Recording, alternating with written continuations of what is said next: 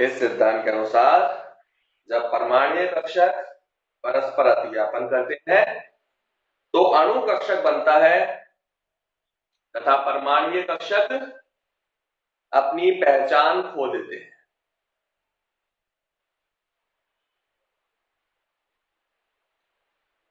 परमाणु कक्षक में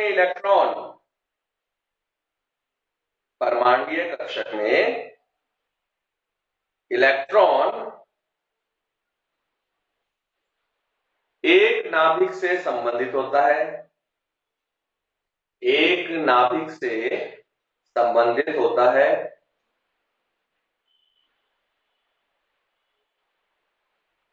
जबकि अणु कक्षक में इलेक्ट्रॉन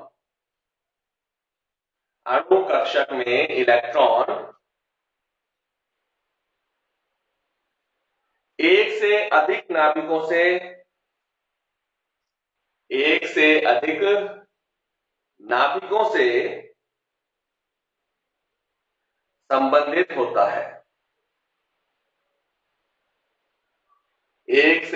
नाभिकों से संबंधित होता है। अर्थात यह बहुकेंद्रीय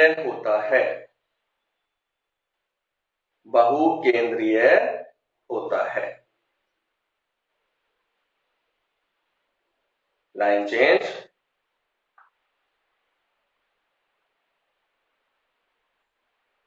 परमाणुीय कक्षकों की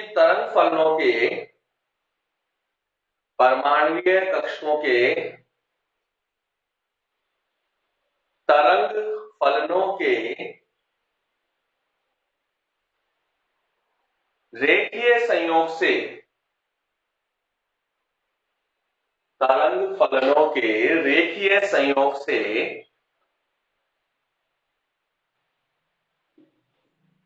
अणु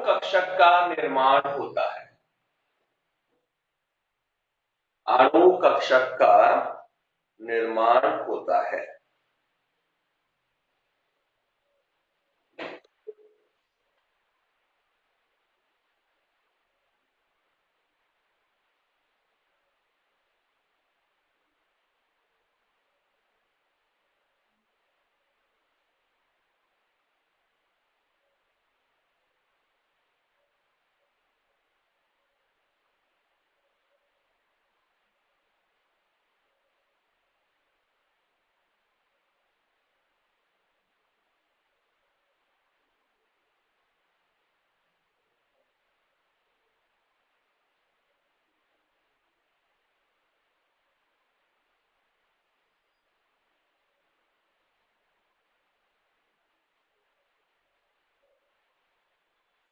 ठीक है, आगे नोट करो। अतिव्यापन के समय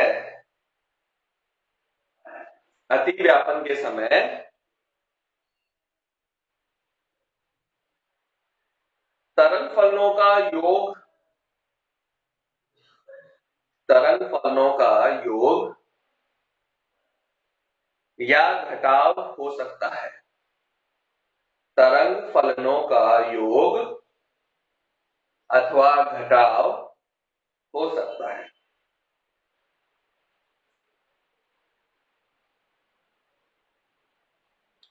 माना अतिव्यापन करने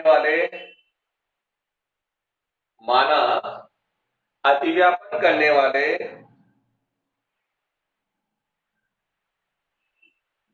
दो परमाणुओं की तरंग फलन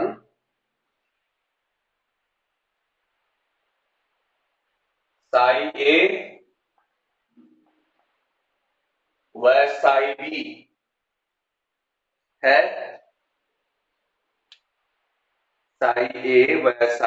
है। Line change. जब दोनों परमाणु कक्षकों की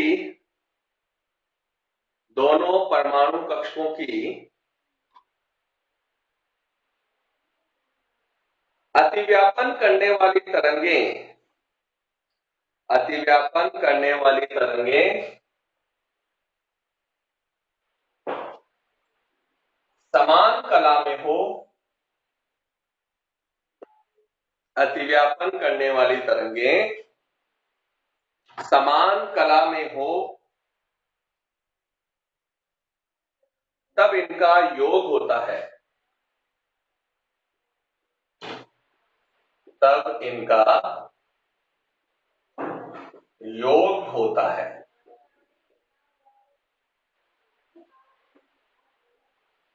इनका योग होता है।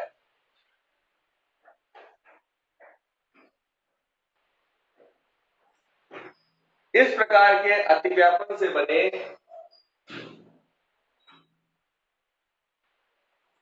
इस प्रकार के अतिव्यापन से बने नए अणु कक्षक को नए अणु कक्षक को बंधी आणविक कक्षक बॉन्डिंग मॉलिक्यूलर ऑर्बिटल बंधी आणविक कक्षक बॉन्डिंग मॉलिक्यूलर ऑर्बिटल बीएमओ बनता है,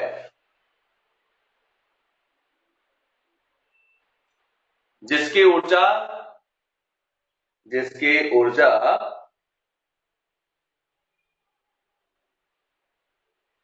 ए व बी के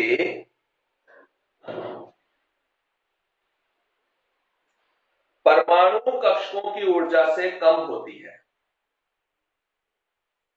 जिसकी ऊर्जा ए व बी के परमाणु कक्षकों की ऊर्जा से कम होती है,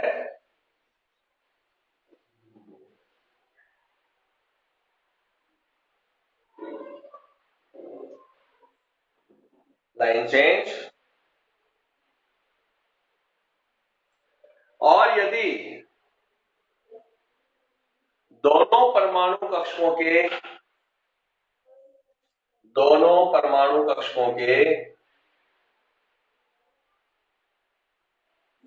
अतिव्यापन करने वाली तरंगें विपरीत दिशा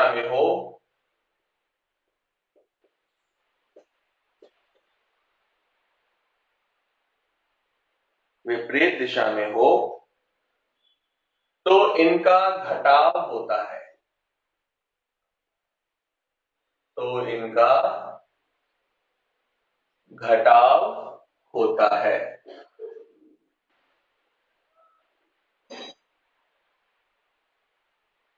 इस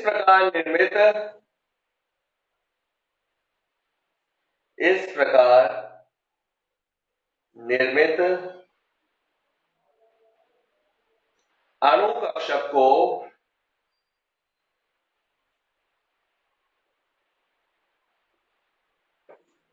विपरीत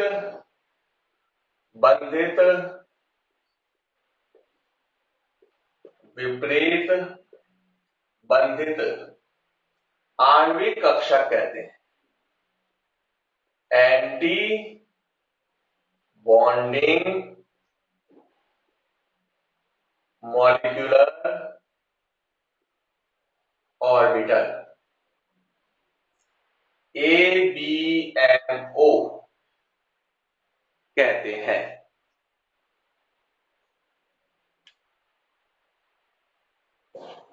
इनकी ऊर्जा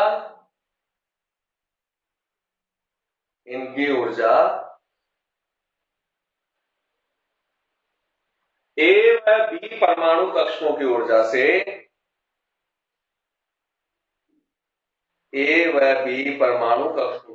से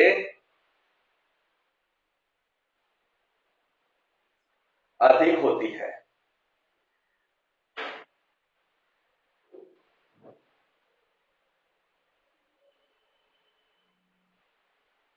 इनमें इलेक्ट्रॉन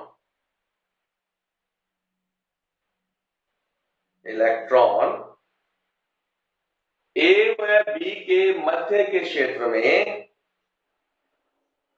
ए व बी के मध्य के क्षेत्र में नहीं पाया जाता।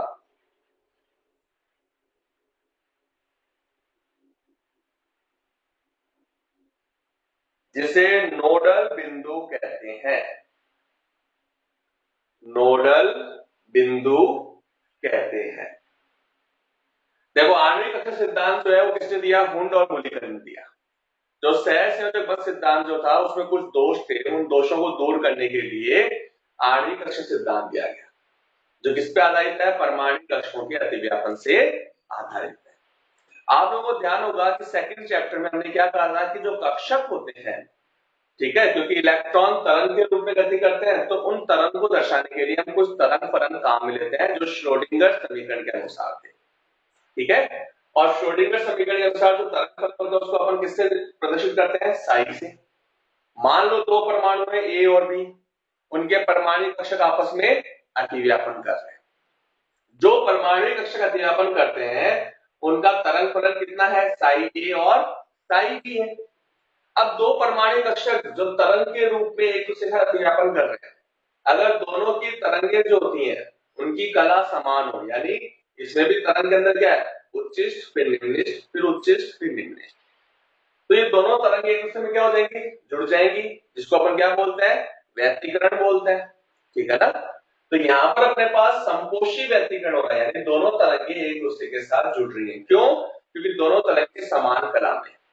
तो ऐसी स्थिति में जो परिणामी तरंग होती है उसका जो आयाम है वो बढ़ जाता है ना, क्योंकि दोनों जुड़ गए तो आयाम बढ़ गया अपने पास। तो यहाँ पर परमाणु कक्षकों क्या हो रहा है? योग हो रहा है, दोनों आपस में जुड़ रही है। तो जुड़ने से जो आणविक कक्षक बनता है उसको बोलते हैं हम बंधी आणविक कक्षक। जो बंधी आणविक कक्षक है उसके अंदर यहां पर मान लो ए है और ये क्या है? बी परमाणु है ना। और यहां पर हम क्या कर रहे हैं? इलेक्ट्रॉन घनत्व को साई स्क्वायर में दर्शाते हैं, बताइए आपको। तो जो तरंग फलनों का योग होता है उसमें क्या होता है? दोनों परमाणु के नाभिकों के बीच में इलेक्ट्रॉन घनत्व का मान क्या होता है? अधिक होता है। क्यों? क्योंकि दोनों आपस में जुड़ रहे हैं तो यहाँ पर तरंग फलन जो है वो बढ़ गया अपने पास। जबकि अगर दोनों परमाणु कक्षक की जो तरंग है वो विपरीत कला में हो तो एक दूसरे से घटा देते हैं अपन, तो तरंग फलन का मान क्या हो गया? कम हो गया, ठीक है। इससे जो कक्षक बनते हैं उसको बोलते हैं विपरीत बंधी आणविक कक्षक। और यहाँ पर दोनों नाभिक जो होते हैं उनके बीच में इलेक्ट्रॉन घनत्व का मान क्या होता है? शून्य होता है। इसको अपन क्या बोलते हैं? नोडल बिंदु। यहाँ पर इलेक्ट्रॉन घनत्व का मान 0 है। कारण क्योंकि इलेक्ट्रॉन क्या करते हैं? जो प्रतिकर्षित कर रहे हैं यहाँ पर, है ना। विपरीत कला में इसका मतलब प्रतिकर्षित कर रहे हैं। तो अगर परमाणु कक्षकों का अपन योग करते हैं तब तो बनता है बंधी आणविक कक्षक। और अगर परमाणु कक्षकों का घटाव होता है, एकदम घटा रहे हैं अपन उसको, तो उस स्थिति में क्या बनता है? विपरीत बंधी आणविक कक्षक। तो आणविक कक्षक सिद्धांत जो है वो क्या कह रहा है कि परमाणु कक्षक जो आपस में अतिव्यापन करते हैं, ठीक है, ए और बी जब अतिव्यापन करेंगे आपस में, दो परमाणु कक्षक हैं, जब दोनों अतिव्यापन करते हैं तो दो तरह के आणविक कक्षक बनते हैं। एक तो बनता है बंधी आणविक कक्षक और दूसरा क्या बनता है? विपरीत बंधी आणविक कक्षक।